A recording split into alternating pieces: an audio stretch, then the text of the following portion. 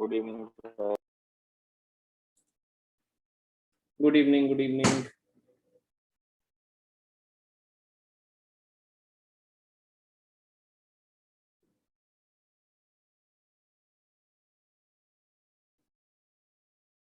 चलो जी, देखना ध्यान से। अभी ऐसा है कि हम लोगों ने लास्ट क्लास में काफी सारी चीजें कर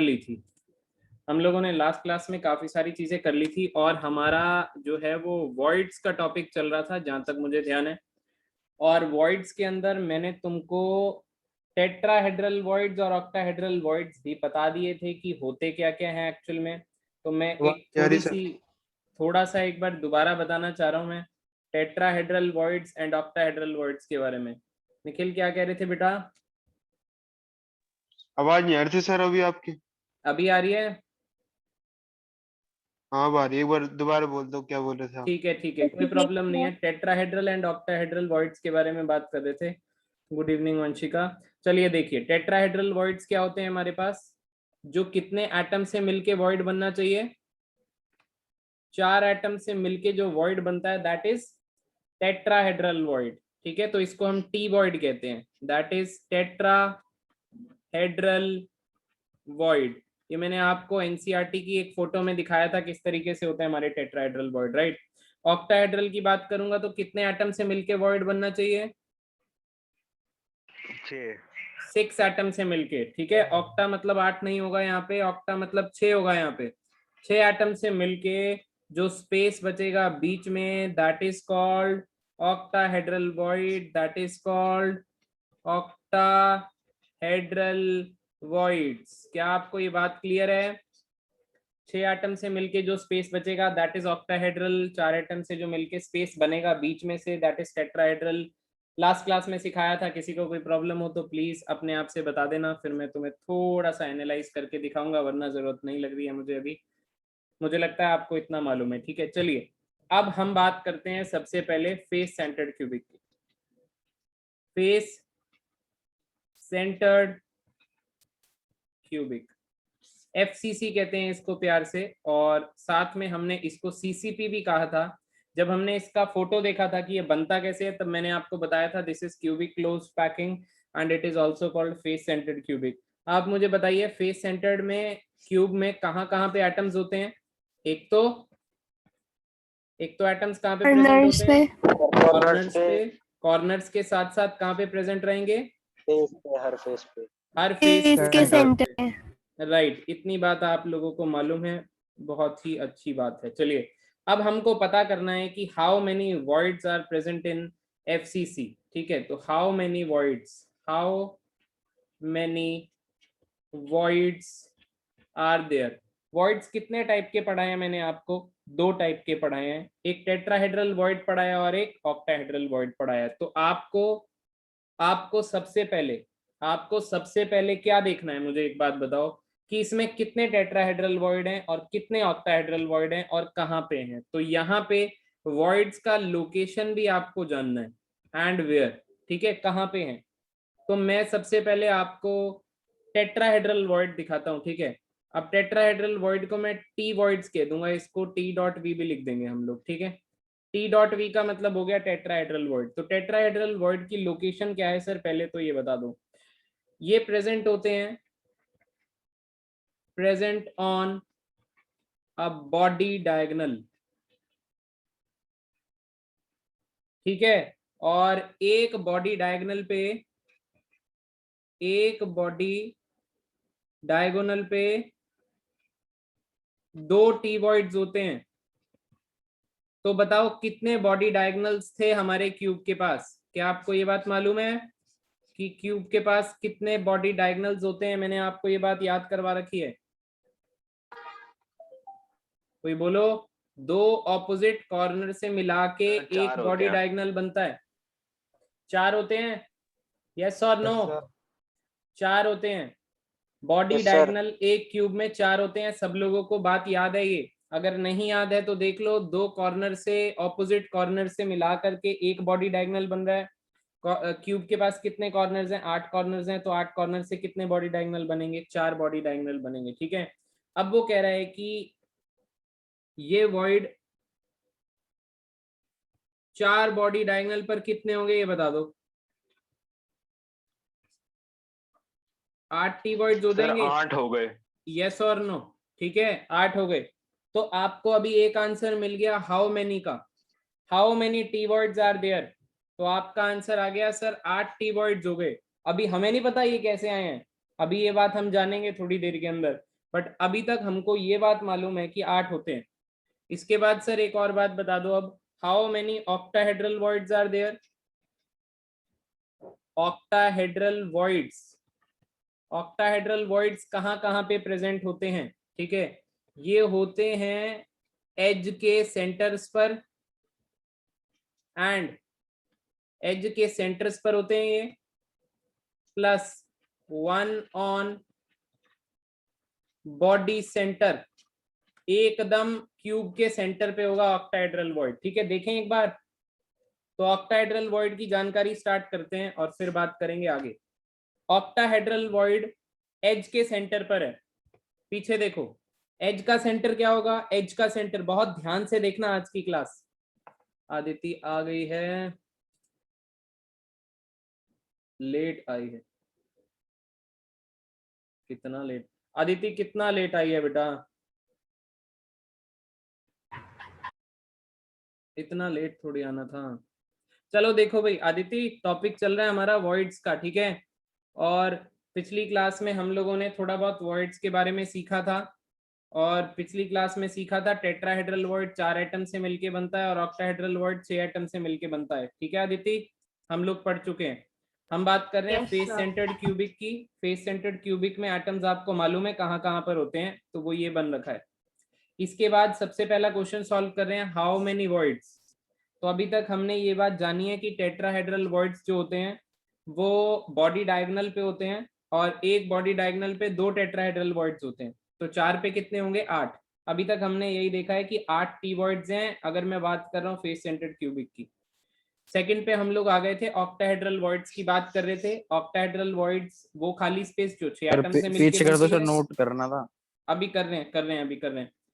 एज के सेंटर पर प्रेजेंट होता है और 1 ऑन बॉडी सेंटर के प्रेजेंट होता है। ठीक है, अब एक बात देखो, मेरे को एक बात बताओ, एज का सेंटर ये हो गया, ये एज का सेंटर हो गया, ये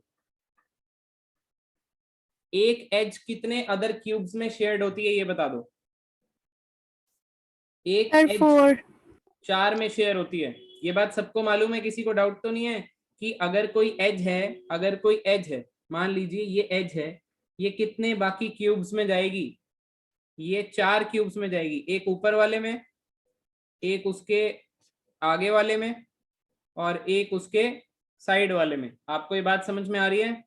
ये पहला क्यूब, ये पीछे वाला दूसरा क्यूब, ये ऊपर वाला तीसरा होगा, जो फ्रंट में होगा ये वाला, इसमें ये वाली एज कॉमन है, और जो उस साइड पे होगा उसमें कॉमन होगा। क्या आपको ये बात समझ में आ रही है? एज 4 में शेयर्ड होती है, मैंने आपको कराया था।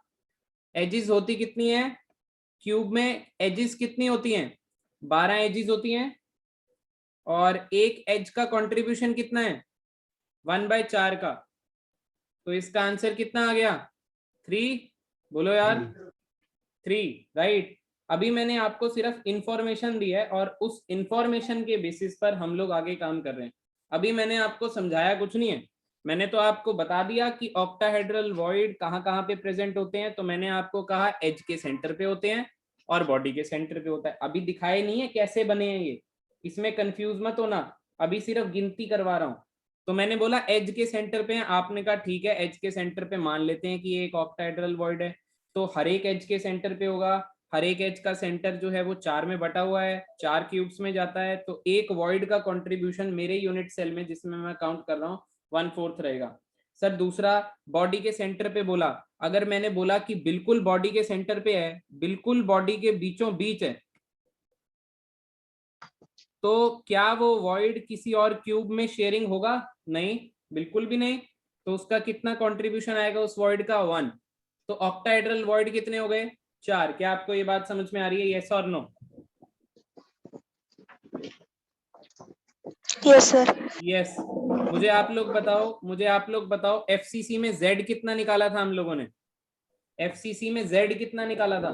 4। का वैल्यू 4 था। बोलो सब लोग, 4 था। यस यस हाँ जी सर। सर। यस तो टेट्राहेड्रल वॉइड 8 आए और ऑक्टाहेड्रल वॉइड 4 आए।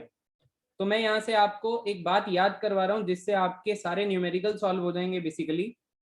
वो बात ये है कि आपको अगर z का वैल्यू पता है, फॉर सपोज से z का वैल्यू n है, नंबर ऑफ एटम्स आपके यूनिट सेल में n है, तो उसमें जो ऑक्टाहेड्रल वॉइड होते हैं वो 2n होते हैं, 2n टाइम्स होते हैं, और टेट्राहेड्रल वॉइड्स जो होते हैं वो n ही होते हैं। क्या आपको ये बात समझ में आ रही है? ये मैंने उल्टा लिख दिया, मेरे को यहाँ पे ऑक्टाहेड्रल वॉइड्स n लिखने हैं और एक सिंपल सर। ये 2n लिखने हैं, ठीक है? ठीक है ठीक। अगर मैं आपको बोलूं कि मेरी क्यूबिक क्लोज्ड पैकिंग है, बहुत ध्यान से सुनिएगा, अगर मैं आपको बोलूं मेरी कैसी पैकिंग है, क्यूबिक क्लोज पैकिंग है, मेरी कैसी पैकिंग है, मेरी अगर क्यूबिक क्लोज पैकिंग है, ठीक है? अगर मैं अपनी क्यूबिक क्लोज पैकिंग की बात कर रहा हूं तो क्यूबिक क्लोज पैकिंग के अंदर, क्यूबिक क्लोज पैकिंग के अंदर जितना z का वैल्यू होता है उतना ही ऑक्टाहेड्रल वॉइड्स का वैल्यू होता है और उतना ही टेट्राहेड्रल वॉइड्स का वैल्यू होता है, ठीक है? तक्ष एंड हार्दिक, आप लोग अभी आए हो, एक बात सुनना ध्यान से। हम लोग वॉइड्स का टॉपिक कर रहे थे और वॉइड्स के टॉपिक में एक बात अभी रटवा रहा हूं मैं सब लोगों को कि जितना z का वैल्यू होगा उतने ही उसमें ऑक्टाहेड्रल वॉइड्स आएंगे और उसमें ही उतने उसके डबल उसके टेट्राहेड्रल वॉइड्स आएंगे। अब आप देखना ध्यान से, अब मैं आपको समझाने का काम चालू करता हूं, ठीक है? एफसीसी के अंदर एक बात बताना मुझे, एफसीसी के अंदर फेस सेंटर्ड क्यूबिक के अंदर, फेस सेंटर्ड क्यूबिक के अंदर मैंने आपको क्या बोला कि ऑक्टाहेड्रल वॉइड कहां कहां पे होगा? तो आपने मुझे कहा सर एज के सेंटर पे होगा, ये रहा एज का सेंटर। वॉइड क्या होता है? अगर ये एक वॉइड है तो ये वो खाली स्पेस है जो कितने एटम से मिलके बनी है? 6 से, क्योंकि मैंने आपको बोला कि एज के सेंटर पे कौन है? Octahedral void. आप कहोगे सर बताओ हमको ये कैसे खाली स्पेस बनी है? तो मैंने आपको बताना स्टार्ट किया और मैंने कहा कि बेटा एक बात बताओ, ये कॉर्नर का एटम होगा, ये कॉर्नर का एटम होगा, क्या ये आपस में इस तरीके से जूम इन करने पर थोड़ा सा पास पास आएंगे? बिल्कुल आएंगे। आपने कहा बिल्कुल आएंगे। क्या फेस के सेंटर पे एटम था? यस और नो? क्योंकि अगर मैं बात कर रहा हूं अपने एफसीसी सिस्टम की, मैं बात किसकी कर रहा था? अपने फेस सेंटर्ड की। फेस सेंटर्ड में क्या होता है? एटम्स कॉर्नर्स पे होते हैं और फेस के सेंटर पे होते हैं। मैं वही बता रहा हूं अभी जिससे वॉइड बनेगा। क्या क्या एक बात बताओ, फ्रंट साइड पे भी एक क्यूब निकल रहा है उसके उस साइड पे, तो उसके उस फेस के सेंटर पे भी एटम होगा? यस और नो? होगा कि नहीं होगा? बिल्कुल होगा, क्योंकि एफसीसी है, फेस के सेंटर पे होता है। इसके बाद मुझे एक बात बताओ, ये जो एज है, ये वाली जो ग्रीन एज है जिसपे रेड कलर का वॉइड बना है, ये कोई एटम नहीं बनाया, ये खाली स्पेस है, ये खाली स्पेस है, ठीक है, जो बन रही है। ये पीछे वाली वॉल पे होगा और एक जो ऊपर वॉल निकल रही है वो होगा। क्या ये 6 एटम से मिलके आपको लग रहा है ये 2 आएंगे सामने से? मेरे को देखो, 2 आएंगे कॉर्नर से, 2 आएंगे ऊपर और नीचे के फेस के सेंटर से, और 2 आएंगे वो सामने वाले फेस के सेंटर से, इस तरीके से। ये इस तरीके से आया, ये इस तरीके से आया और ये इस तरीके से आया। क्या ये 6 एटम्स मिलके खाली स्पेस जनरेट कर पा रहे हैं? यस और नो?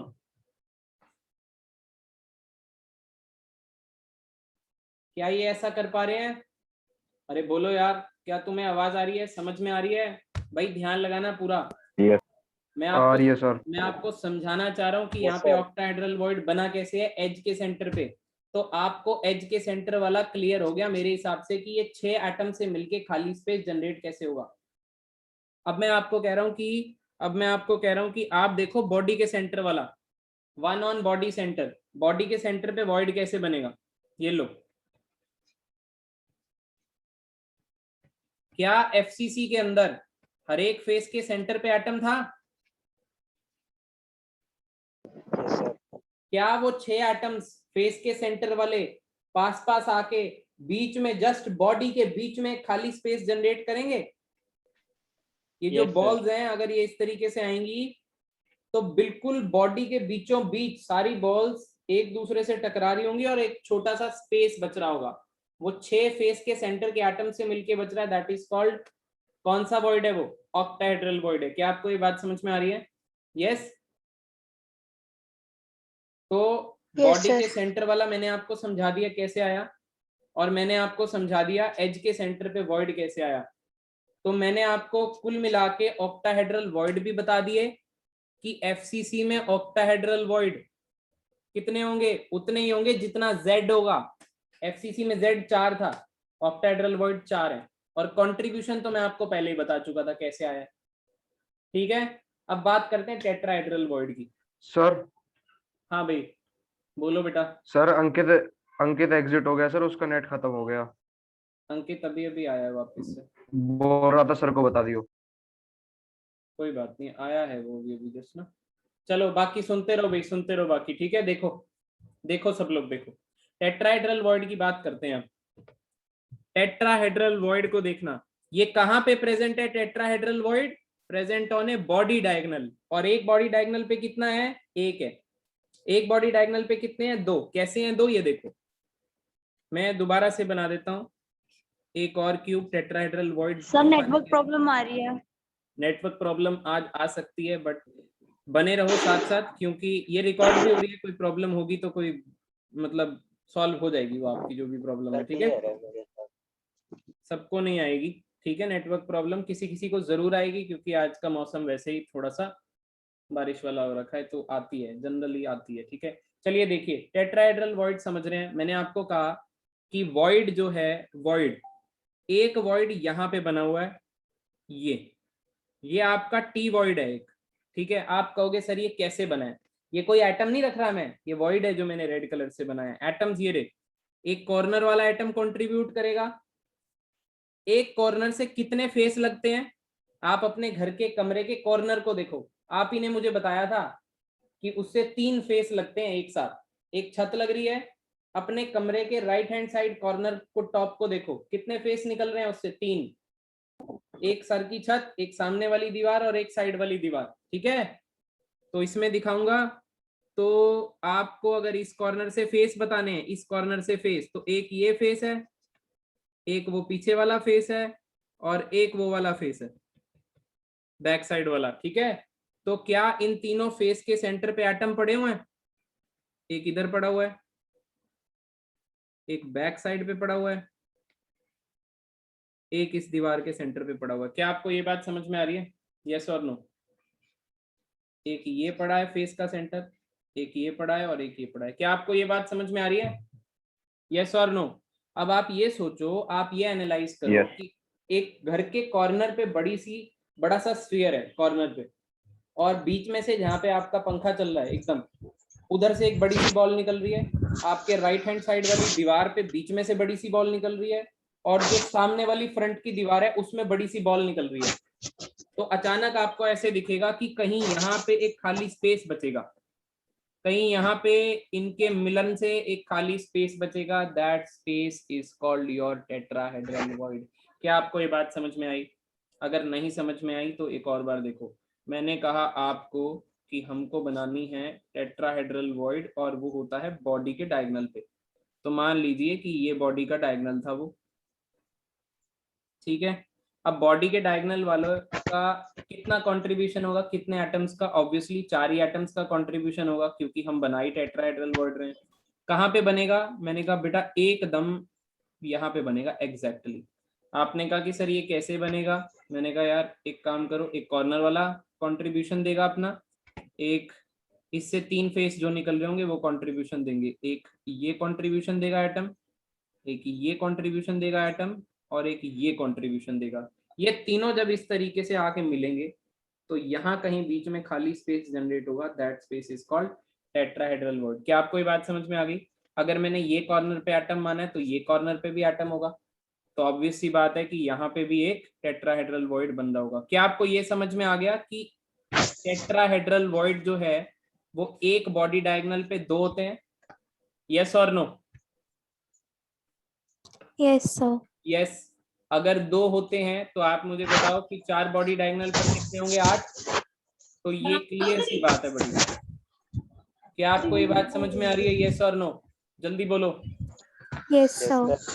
यस। अब मेरी बात सुनना, अब आपको ना एक क्वेश्चन करवाता हूं मैं। ये देखो, अगर मैं बोलूं ये सेंटर है बॉडी डायगोनल का, ठीक है, ये बॉडी डायगोनल का सेंटर है। तो आप मुझे बताओ कि इन दोनों के बीच का डिस्टेंस क्या है, distance between these two.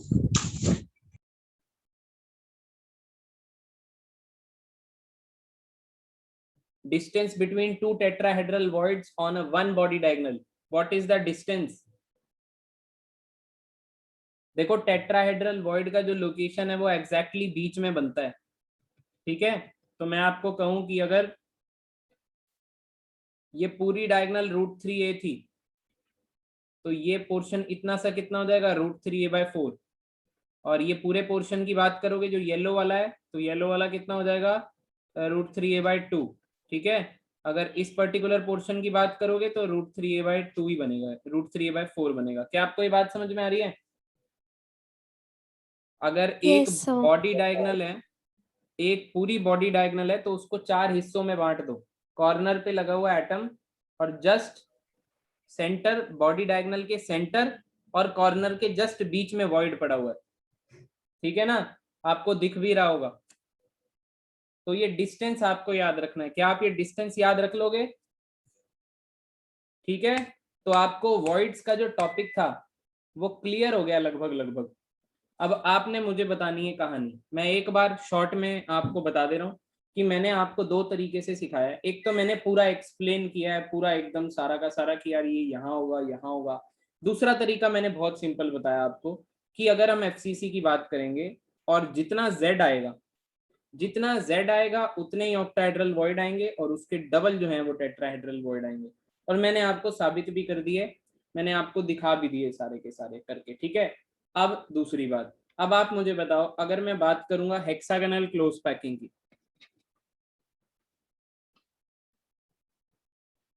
Hexagonal close packing की, और फॉर सपोज कि हेक्सागोनल क्लोज पैकिंग का जो Z है, Z कितना होता है हेक्सागोनल क्लोज पैकिंग का, बोलो यार, 6। Z 6 होता है HCP में। 3D की बात कर रहा हूं मैं, ये 3D की ही बात चलेगी। Yes sir. Z 6 होता है। अगर Z 6 है तो उसमें ऑक्टाहेड्रल वॉइड्स कितने होंगे? 6. 12 6 6 होंगे सॉरी, और टेट्राहेड्रल वॉइड कितने होंगे? 12 हो जाएंगे। 12. क्या आप ये बात बस छोटी सी याद रख लोगे? यस और नो? यस। Yes, sir. अगर आप Yes, सिंपल क्यूबिक सेल की बात करते हो तो इसमें Z कितना होता है? 1।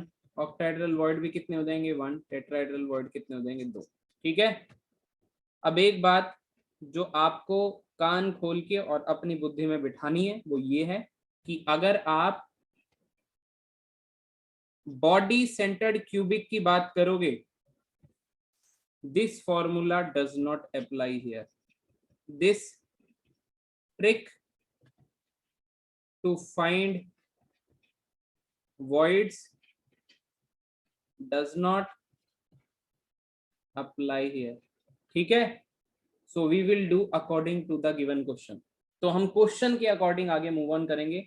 हमारे को कुछ नहीं पता, यहाँ पे Z तो आपको पता है कितना होता है, 2 होता है, बट यहाँ पे फिर टेट्राहेड्रल और ऑक्टाहेड्रल वॉइड का जो ट्रिक है जो हमने सीखा है अभी ऊपर, वो यहाँ पे हेंस प्रूव्ड नहीं होता। लॉजिक पीछे ये दिया जाता है कि बाकी क्लोज पैक्ड अरेंजमेंट्स है और ये क्लोज पैक अरेंजमेंट नहीं है। जो मैंने आपको लास्ट क्लास में लिखवाया था कि बीसीसी के बारे में एक इंफॉर्मेशन ले लो कि बीसीसी क्लोज पैक्ड अरेंजमेंट नहीं है, ठीक है। तो उससे हुआ क्या, उससे ये वाला जो ट्रिक था हमारा जो हमने HCP, SCC, FCC के लिए लगाया वो हमारा यहाँ पे काम नहीं करेगा। और यही वजह है क्वेश्चंस के अंदर आपको बॉडी सेंटर्ड क्यूबिक देखने को नहीं मिलेगा जहां पे डायरेक्ट Z निकलवाना। जहां पे Z से काम है डायरेक्टली वहां पे आपको BCC देखने को नहीं मिलेगा। क्या आपको ये बात समझ में आ रही है? जहां पे ये ट्रिक लगा रहे होंगे हम लोग वहां पे आप लोगों को BCC देखने को नहीं मिलेगा उस क्वेश्चन में। जहां पे ये ट्रिक से क्वेश्चन करेंगे ऐसे क्वेश्चंस में BCC हमको देखने को नहीं मिलेगा। तो फिक्र करने की बात नहीं है, BCC के बारे में नहीं पूछेंगे। बस एक बात याद रखनी है कि BCC क्लोज पैक्ड अरेंजमेंट नहीं है, उसमें ये ऑक्टाहेड्रल वॉइड और टेट्राहेड्रल वॉइड फाइंड आउट करने का ट्रिक अप्लाई बिल्कुल भी नहीं होता। तो मैं आपको इसी के साथ ले चलता हूं अपने क्वेश्चन पे और हम इसको सॉल्व करेंगे। एक मैं क्वेश्चन करवाऊंगा और फिर आप उसको ट्राई करेंगे नेक्स्ट वाले को। मैं आपको कहता हूं मेरा एक कंपाउंड है, मेरा जो कंपाउंड है एक, वो दो एलिमेंट से मिलके बन रहा है. One element is x and the other element is y. x और y से मिलके बनता है. ठीक है. एलिमेंट y जो है वो अनायंस है और एलिमेंट x जो है वो कटायंस है. ऐसा वो क्वेश्चन कहता है. अनायन सीसीपी फॉर्म करता है, CCP lattice, that is cubic close packing. ठीक है. और आप लोगों का x जो है कटायन, वो ऑक्यूपाई करता है ऑल द ऑक्टाहेड्रल वॉइड्स, जिसको मैं आगे से O.V लिखूंगा. समझ में आ रही है? तो आप लोगों को बताना है what is the formula of compound.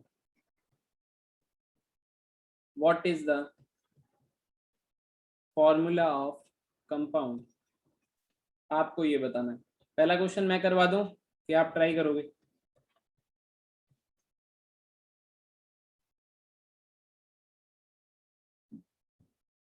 CCP मतलब क्या होता है भाई? सीसीपी मतलब क्या होता है? सीसीपी मतलब FCC, cubic closed packing. Face centred cubic. ठीक है. हाँ हाँ. तो कंडीशंस जो होंगी सीसीपी की वो सेम होंगी एफसीसी वाली. तो आपको ये बताना है कि अगर y जो है वो सीसीपी वाले पोजीशंस ऑक्यूपाई कर रहा है, मतलब y जो अनायंस हैं वो कॉर्नर्स पे हैं और फेस के सेंटर पे प्रेजेंट है, और x एटम्स जो हैं वो छोटे छोटे जो स्पेस बचे थे ना रेड रेड कलर वाले, तो वो ऑक्टाहेड्रल वॉइड्स वाली जगह पे. तो आपको बताना है फॉर्मूला ऑफ द कंपाउंड क्या होगा in terms of x and y.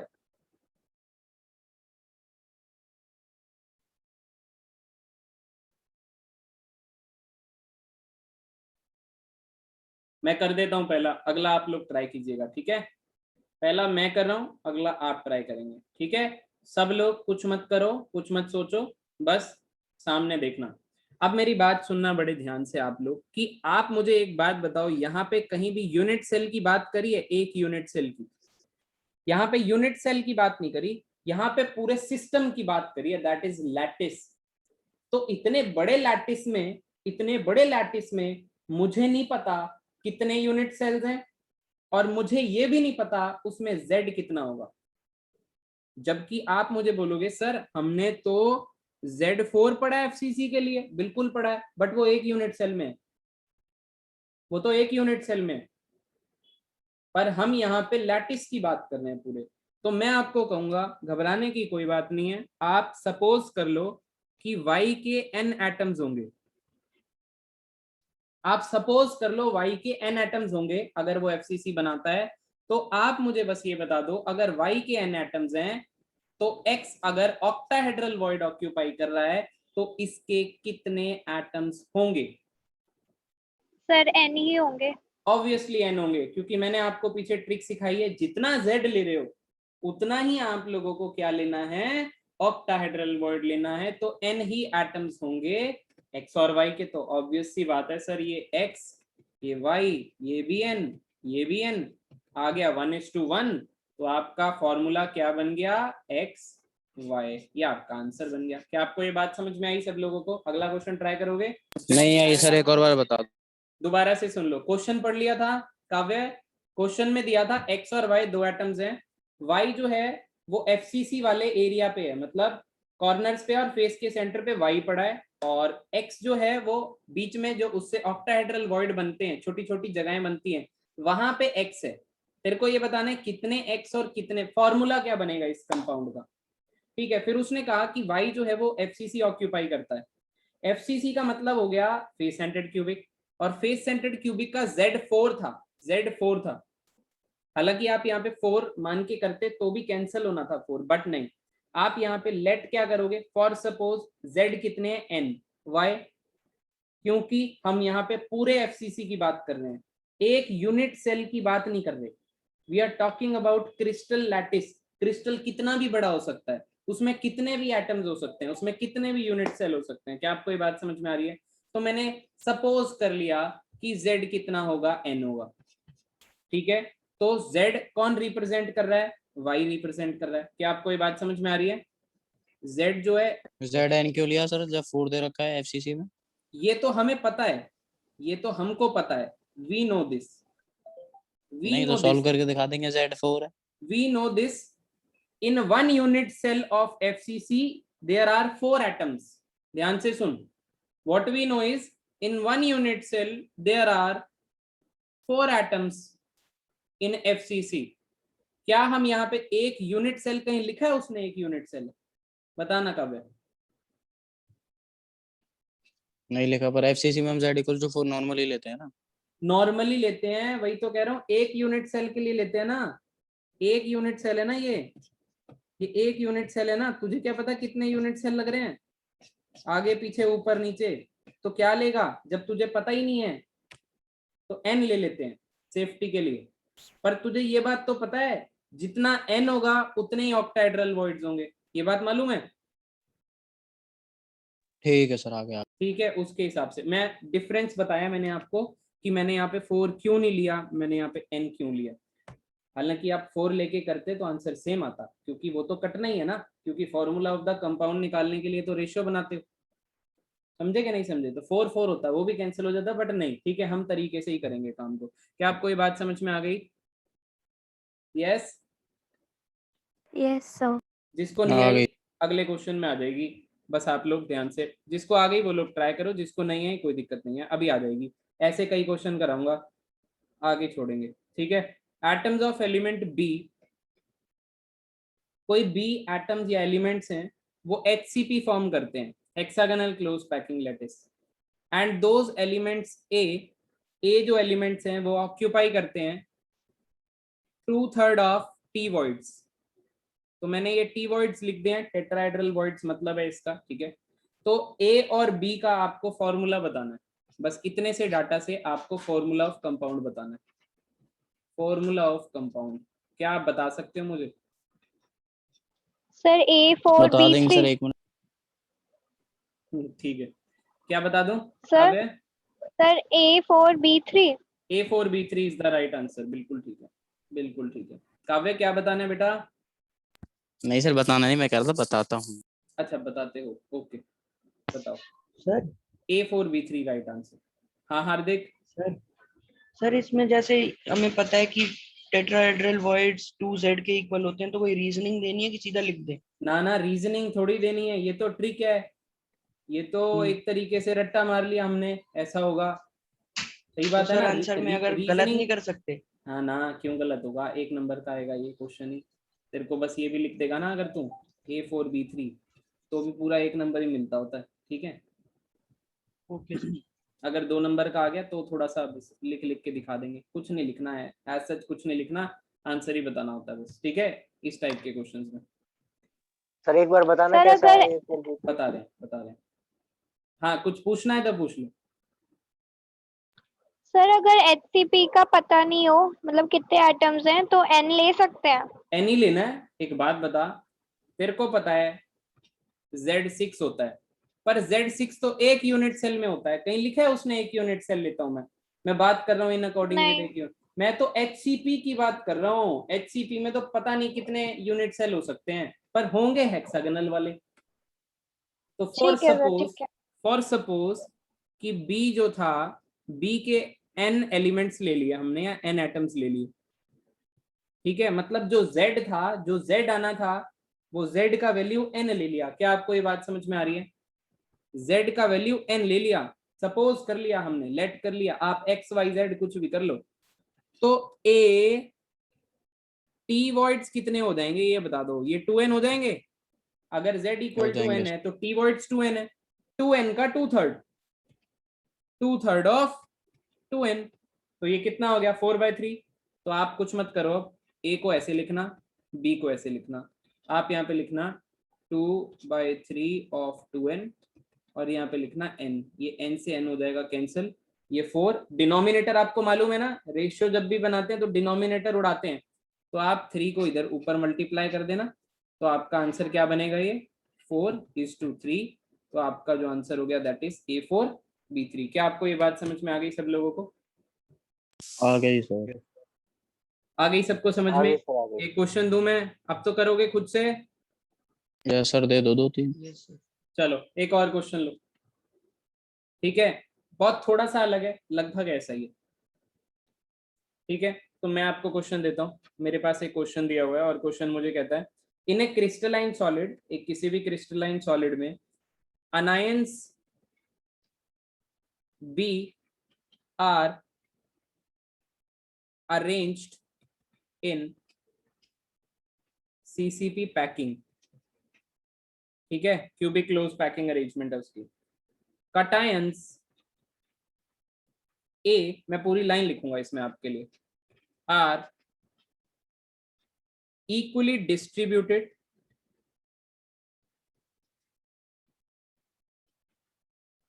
between octahedral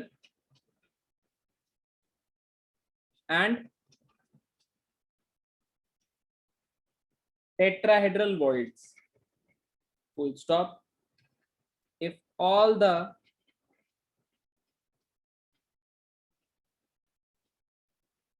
octahedral voids are occupied, what is the formula of the solid?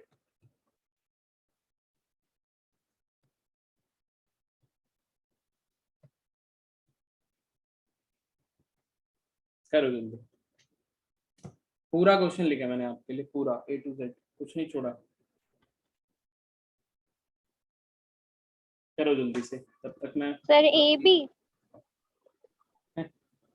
नहीं, अब ऐसे तुक्के मत मारो, कर लो पहले, मैं आपसे पूछूंगा, 2 मिनट दे रहा हूं मैं आपको, ठीक है। आज 6 तारीख है ना, 6 है ना, 6, हाँ यस सर, 6th में। ठीक है सर जी। A2B3 A2B3 सही नहीं है। सर A2B A2B किसका है आंसर? सर मानवी मानवी का है A2B, मानवी ठीक है A2B। अब सारे कोशिश करो निकालने की, पर अंकित आ गया था ना, अंकित का बीच में से सिग्नल गया था। आदित्य बैठी हुई है ना, बैठी हुई है, ठीक है। इसका बीच में से अभी सिग्नल हटा है, बीच में से एक आध का सिग्नल भी हटा है, मेरे को बता देना, फिर मैं उसको वीडियो सेंड कर दूंगा। किसी का यार दोस्त, किसी का सिग्नल लॉस्ट हो गया हो तो बता देना प्लीज। एक दो तो नहीं है, पक्की बात है। आ गया सर A2B। काव्या का आ गया A2B, गुड।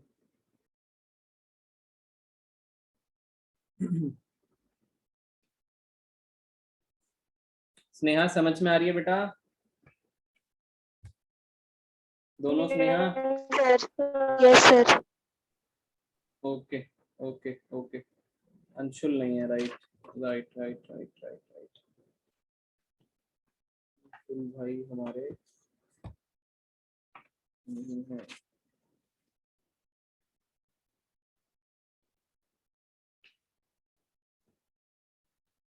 चलो जी, देखना A2B आंसर कैसे आया उसकी चर्चा करते हैं अभी हम लोग।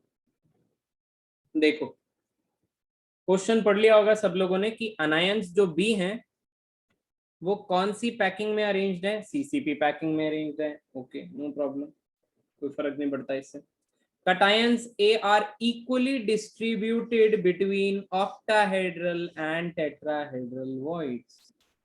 अगर A की बात कहता है, वो कहता है octahedral voids और tetrahedral voids A atoms equally occupy कर रहे हैं, equally, जबकि टेट्राहेड्रल वॉइड 2 गुने होते हैं पर कर इक्वली रहे हैं। अब इस बात को ध्यान से सुनना।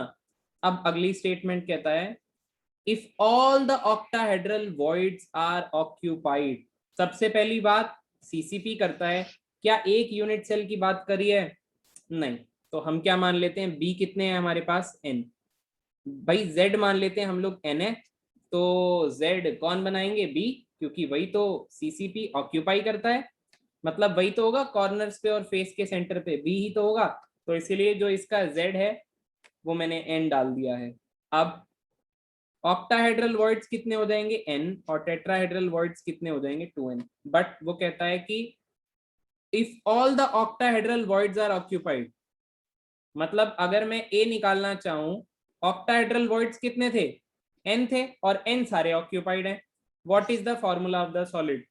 जब ऑक्टाहेड्रल वॉइड और टेट्राहेड्रल वॉइड इक्वली ऑक्यूपाई कर रहा है और ऑक्टाहेड्रल सारे कर रहा है, तो अगर ये n ऑक्यूपाई कर रहा है तो टेट्राहेड्रल वॉइड भी तो n ही ऑक्यूपाई करेगा। क्या आपको ये बात समझ में आई कि नहीं आई?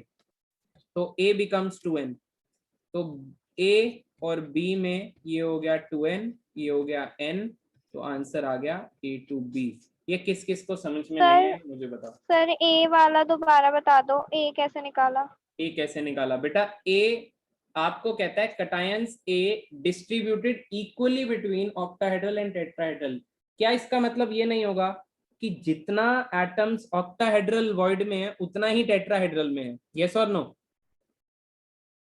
Yes sir. यस। और लास्ट लाइन में वो कहता है कि all the octahedral voids are occupied. Octahedral सारे ऑक्यूपाइड हैं। तो ऑक्टाहेड्रल कितने थे आपके पास? अगर मैंने z को n लिया था तो ऑक्टाहेड्रल वॉइड n थे और सारे ऑक्यूपाई कर रहे हैं। तो ऑक्टाहेड्रल अगर n ऑक्यूपाई कर रहे हैं और लास्ट लाइन के अकॉर्डिंग और सेकंड लास्ट लाइन के अकॉर्डिंग कि इक्वली डिस्ट्रीब्यूटेड थे वो, तो इक्वली का मतलब ये हो गया कि अगर 4 एटम्स ऑक्टाहेड्रल में थे तो 4 ही टेट्राहेड्रल में थे। अब हमें मतलब नहीं है कि टेट्राहेड्रल वॉइड ज्यादा होते हैं, एटम्स टेट्राहेड्रल वॉइड में है, बाकी के खाली पड़े होंगे। समझ में आ रही है कि अगर 8, ठीक है सर। अगर for suppose 2n times tetrahedral void थे तो आधों में ही भरा है, आधे खाली पड़े हैं, कोई दिक्कत नहीं है उससे। आपको क्या मतलब खाली रहे चाहे ना रहे, हमें क्या लेना देना? हमें तो लेना देना है इक्वल वर्ड से। इक्वली मतलब n ही होंगे, बाकियों का कोई लेना देना नहीं है। तो टोटल वॉइड्स कितने हो गए? Octahedral voids plus tetrahedral voids, this becomes 2n। Got it? तो यहाँ पे आ गया 2n is to n, तो आंसर हो गया a to b। I think आप लोगों को बात समझ में आ रही है? यस और no? Yes sir. Yes, sir. सबको बात समझ में आ रही है? Yes sir. बहुत आराम आराम से बढ़ रहा हूं मैं, कहीं भी मैंने जल्दबाजी नहीं करी है आपको समझाने में, ठीक है? अब आगे देखो, अगला क्वेश्चन। किसी को नहीं समझ में आए तो प्लीज बताना, मैं फिर से रिपीट कर दूंगा, बट ऐसा ना हो कि कोई रह गया है। अब ये क्वेश्चन करो तो मैं आपको मानूं। क्वेश्चन दिया है, मैं पूरा क्वेश्चन लिख रहा हूं। In a mineral spinel, spinel word से घबराना मत, एक तरीके का सिस्टम होता है, कोलैबोरेशन ऑफ एटम्स होता है, कुछ हिसाब से होता है, दैट इज कॉल्ड स्पिनल, ठीक है? हैविंग फॉर्मूला, इसका फॉर्मूला दिया है आपको, इस बार आपको प्रॉपर एक फॉर्मूला दिया है, MgAl2O4। कहता है इसमें जो ऑक्सीजन है यानी कि जो ऑक्साइड के आयंस हैं that are arranged in CCP, ठीक है? CCP पैकिंग में अरेंज्ड है। और जो मैग्नीशियम के आयंस हैं Mg+2 ions occupy T voids, ठीक है? वाहिल Al+3 ions occupy octahedral voids. ये क्वेश्चन दिया है और इसके अंदर ए पार्ट पूछा है उसने, percentage of tetrahedral voids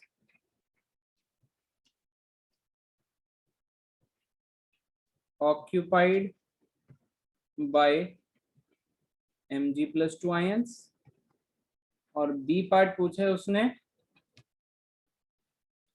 percentage of octahedral voids occupied by Al+3 ions। Now this question is a good question। ये थोड़ा सा आपको समय देता हूं मैं 2-3 मिनट का, आप लोग ट्राई करो फिर मैं डिस्कस करूंगा।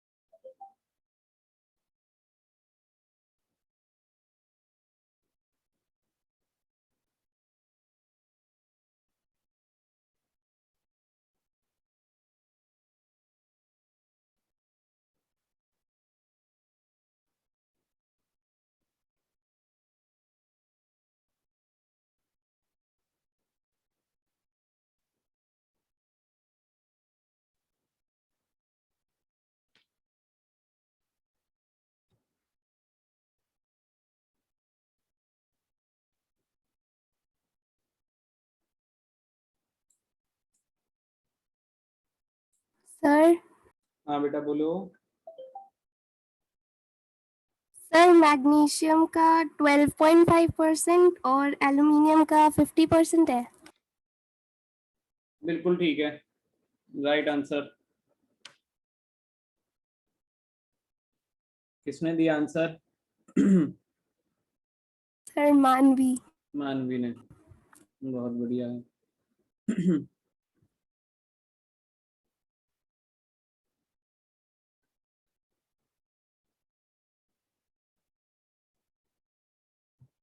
मानवी का ये क्वेश्चन हो गया। चल मानवी तेरे लिए दूसरा क्वेश्चन है।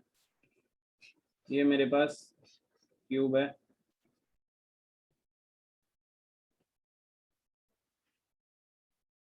ये बॉडी डायगोनल है क्यूब का, ठीक है, ये भी बॉडी डायगोनल है।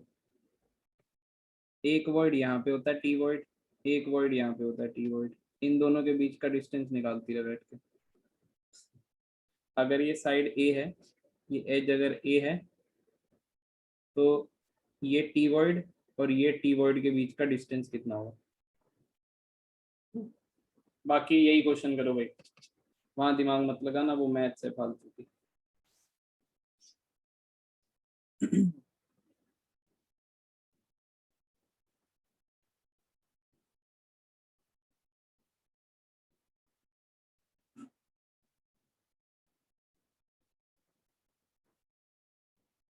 मैं करूं क्या? बोलो सब लोग।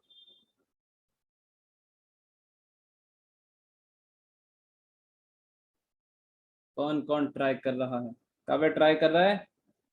खुशी? सर दूसरा वाला पार्ट तो हो भी रहा है, पहला नहीं हुआ। पहला नहीं हो रहा, दूसरा एक ही जैसे हैं दोनों। हाँ बोलो बच्चे बोलो। एक्सक्यूज मी सर, हाँ मानवी बोलो। A/2 है आंसर। हाँ A/2 है आंसर, ठीक है, राइट। चलो जी, आ जाओ मेरे साथ जरा, एक बार सब लोग छोड़ो छोड़ो, सब लोग आ जाओ। देखो क्वेश्चन देखना भाई, मेरे को एक स्पिनल दिया है। स्पिनल का फॉर्मूला है बेसिकली, टेंशन मत लेना स्पिनल वर्ड से। मैं एक बार सिलेबस चेक करूंगा, स्पिनल अगर होंगे तो मैं करवा दूंगा आपको, ठीक है। मेरे सर होता क्या है ये? एडवांस के सिलेबस में हो सकता है हो स्पिनल, हो सकता है ना हो। कुछ नहीं, एक अरेंजमेंट होती है, क्रिस्टल सिस्टम है, एक अरेंजमेंट से बनता है 3 एटम से मिलके। तो वो किस तरीके से अरेंज होते हैं, कहाँ कहाँ पर होते हैं, बस वही वाली कहानी है और कुछ नहीं है, ठीक है। तो आप मान के चलो कि ये एक स्पिनल है, दिया हुआ है, क्रिस्टल सिस्टम बना हुआ है जो MgAl2 और O4 से मिलके बना हुआ है। यहाँ पे 3 एलिमेंट्स हैं, ठीक है। और फॉर्मूला दिया है इस बार, oxide ions are arranged in CCP, ठीक है। वो कहता है कि ऑक्सीजन पे वैसे O2 माइनस होता है, O2 माइनस आयंस जो है वो CCP ऑक्यूपाई करता है। क्या O2 माइनस आयंस के एटम्स दे रखे हैं आपको? यस और no? I repeat, O2 minus ions occupy करता है CCP, ये बात सबको दिख गई। CCP बोले तो FCC, राइट। इस बार एटम्स दे रखे हैं ऑक्सीजन के आपको? Yes yes sir. Yes they रखे हैं, 4 दे रखे हैं, क्योंकि फॉर्मूला गिवन है। समझ में आ रही है? तो नंबर ऑफ एटम्स कितने हैं? 4। तो Z4 हो गया आपका एक तरीके से। क्या आपको ये बात समझ में आ रही है? Z4 हो गया आपका इधर। अब सुनो एक बात बताओ, Mg क्या ऑक्यूपाई करता है? T voids. सबसे पहले एक बात बताओ कि Mg+2 क्या ऑक्यूपाई करता है? T voids. और अगर Z आपका 4 है तो टी वॉइड्स आपके 8 होंगे। बोलो 8 टोटल टी वॉइड्स। और Al+3 क्या ऑक्यूपाई करता है? ओवॉइड्स। ओवॉइड्स कितने होंगे टोटल? 4 टोटल ओवॉइड्स। ये तो टोटल निकाले हैं मैंने, टी वॉइड्स और ओवॉइड्स। अब Mg+2 के कितने एटम गिवन है आपको? 1। Mg में तो कुछ दिया ही नहीं हुआ, इकलौता Mg है। एल्यूमिनियम कितने दिए हुए हैं? 2। ये 2 दिख रहे हैं, तो Mg दिया 1 और टोटल थे 8। तो given upon total into 100 percentage आती है। 1/8 टाइम्स 100 कितना होगा? 12.5%। बोलो यार, Mg+2 ने कितना परसेंट ऑक्यूपाई कर रखा है टी वॉइड्स को? 12.5%। और एल्यूमिनियम+3 ने कितना परसेंट ऑक्यूपाई कर रखा है? एल्यूमिनियम है कितने? एल्यूमिनियम है 2। टोटल ओवॉइड्स हैं कितने? टोटल थे 4। इनटू क्या कर दोगे? 100। आंसर कितना आएगा? 50%। क्या आपको ये बात समझ में आ रही है? यस और नो, जल्दी बोलो। ये क्वेश्चन समझ में आया तुमको कि नहीं आया? बढ़िया क्वेश्चन था ये। जेड नहीं मिल पा रहा था। एल्यूमिनियम के तो yes, वैसे ही sir. सॉल्व हो रहे थे ना सर। ठीक है, एल्यूमिनियम+3 ने कितना परसेंट घेर रखा है? 2/4 टाइम्स 100। ठीक है, तो ये हो गया आपका आंसर। Got it? सबके समझ में आ गया? तो आखिरी क्वेश्चन सबसे, यही वाला। अगर आपका ये ए डिस्टेंस है तो 2 टेट्राहेड्रल वॉइड्स के बीच का ये डिस्टेंस कितना होगा? ये वाला जो येलो से। मानवी ने तो कहा था a/2 होगा। मानवी कैसे बताया था a/2 होगा? सर अगर सारे टेट्राहेड्रल वॉइड्स को ज्वाइन करेंगे तो क्यूब बन जाएगा, और 2 टेट्राहेड्रल वॉइड्स के बीच का डिस्टेंस √3a/2 है। अच्छा, तो उसको बॉडी डायगोनल कंसीडर करके साइड निकाल लेंगे, मतलब √3a/2 को इक्वेट कर देंगे √3x से। x मतलब इस क्यूब की, मतलब जो ये 2 टेट्राहेड्रल वॉइड्स हैं अच्छा, इनकी लेंथ ली है मैंने। इनकी लेंथ ली है तूने। बहुत ज्यादा दिमाग लगा दिया, पर बहुत ठीक लगा दिया लगभग, मुझे तो लग रहा है। वैसे ये सिंपल था। आपको ये पता है कि अगर ट्रायंगल की 2 साइड सेम होती हैं, ठीक है, ट्रायंगल की 2 साइड सेम होती हैं, आइसोसेलेस ट्रायंगल कहते हैं इसको। 10th में पढ़ा होगा आपने। और मिड पॉइंट थ्योरम पढ़ाई थी यस इसमें। सर। एक मिड पॉइंट थ्योरम होती है कि जितना ये ए होता है ना, उसका जस्ट आधा इनके बीच का डिस्टेंस हाफ होता है। होता है। तो ये वही वाली हाफ स्कीम होता बन है गई। ये सर। ठीक है, तो ये a/2 आंसर ऐसे डायरेक्ट भी आ सकता है। बाकी नहीं तो लंबा मेथड बैठ जाएगा बहुत ज्यादा। सर इसमें ट्रायंगल कौन सा लिया है? इसमें ट्रायंगल कोई भी ले लो। वैसे तो मैंने स्पेसिफिक बताया आपको कि ट्रायंगल यही जो आपको दिख रहा है, ये वाला। किससे बनाए? ग्रीन से। ये वाला। ठीक है, ठीक है सर। क्या आपको बात समझ में आ रही है? यस और नो? ठीक है, तो मैं आज की क्लास की रिकॉर्डिंग तो पहले यहीं रोक देता हूँ, फिर चर्चा करेंगे आगे।